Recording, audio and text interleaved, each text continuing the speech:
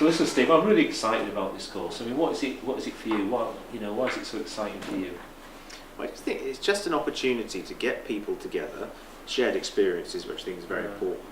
But actually to give people the opportunity to support themselves. What we're doing is we're supporting people in supporting their community, and I just think that is a really important thing to be able to do. Yeah. So that's what excites me most about it, is to give people that opportunity to come together with that shared experience and hopefully take something away that's going to benefit them in the short, medium and long term. Yeah. What about you? I think what's really cool about this course is that the way we're presenting this course actually mirrors what we're trying to achieve. In other words, we're going to be talking to people about how they can talk to their local communities, build relationships and bring the best out of the community. And I think that's what we'll be doing with the participants of this course. We're going to be asking them, what do you need? Yeah. What can we do to help you to get better outcomes following an emergency? And I think that's just such a great idea. Absolutely, and I think it's 2 days, we've said, and I think anybody who comes on the course is going to see what we mean by interactive. That's for a start. Oh yeah. If they think we're going to be talking too much, then they've got going to get a shock. Yeah. Because this is about them leading this course. This is, yes, there's going to be framework, there's going to be expected outcome, but what we want them to do is they are the guides here, because as you say, when it comes to an incident, they're going to be the decision makers. And they're the experts in their communities. It's not us. No, not us. I wouldn't know necessarily where they've come from, and may have never even been there. So really we're relying on them to bring their knowledge and to share that knowledge in order to create the frameworks that we're talking about for the outcomes that they're going to need. God, I hope they know what they're doing. Oh, absolutely. It's going to be a boring course if they don't. It will all stand there in total silence. That's not going to be much fun. But and I think one of the questions that we've had come up before about why would we do this? What's the benefit? Why pay the money? But we have a saying in emergency planning is you either pay now or you pay later, and you're going to pay a darn sight more later. So the preparedness and just that investment now from local authorities in preparing for something that could happen, and a lot of the incidents we've had recently prove that it could happen. That's going to be that's going to be a very important investment, because they're going to save a darn sight more further down the line if they're engaging with their community as opposed to sidelining them. Yeah. So now I think it's a really exciting proposition, and I'm really looking forward to to seeing people come on the course and spending some time with them. I mean, my focus.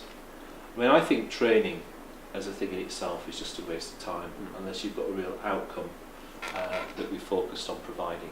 We've got a real focus on having a good outcome for this training course, and also it's going to help people who attend the course have a good outcome should they be faced with an emergency. Yeah. And that's what it's all about for me. Yeah. And if we send those people away with that outcome, we can sit back then if something does happen and go, look, there it is, there's the training in action. What more could you and I ask for as trainers here than actually looking and watching something being put in place that we've talked about in the classroom. Yeah. And do you know what always happens after these disasters? It's all retrospective. Oh, we should have done this, we should have done that. And what we're talking about is, let's do that before the disaster, not afterwards. Yeah. I mean, one of the questions we got asked, during the webinar was, do you look at situations after disasters happen? Well, of course we absolutely do, because we can only learn from the bad experiences as well as the good. And unfortunately, as far back as you can go, we're going to look back at some of the ways people have responded and go, could have been better. Well, let's try and knock those bugs out so that we're never going to see a perfect outcome. Yeah. No incident, we're never going to sit there and go, my goodness, 100%, everybody well done. But what we want to do is get as near to that as we possibly can. For sure. And through community engagement, you're halfway there, because you don't want to be fighting your community, you want to be bringing them in and actually working alongside them. And look at that example of Aberfan. Is it 52 years ago? And the same mistakes still being made now. Yeah. And we've got to put a stop to that.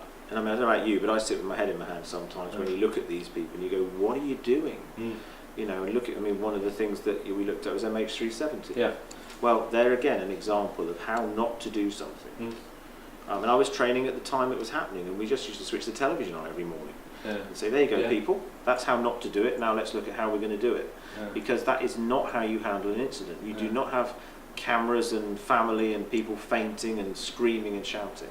Because what you do is you make sure you embrace the people that are affected by it, you draw them in, Yeah. And that's what this is about, and that's what this course is about. And why do people mess up on these things? I'll tell you, it's not because they're bad people, No. it's not because they're stupid, it's because they haven't given the time and the space to think about things beforehand. Exactly. And had they done that, they would have got much better outcomes. Exactly. Yeah. That's my view. I'm with you all the way on that, absolutely. So, yeah, sounds great.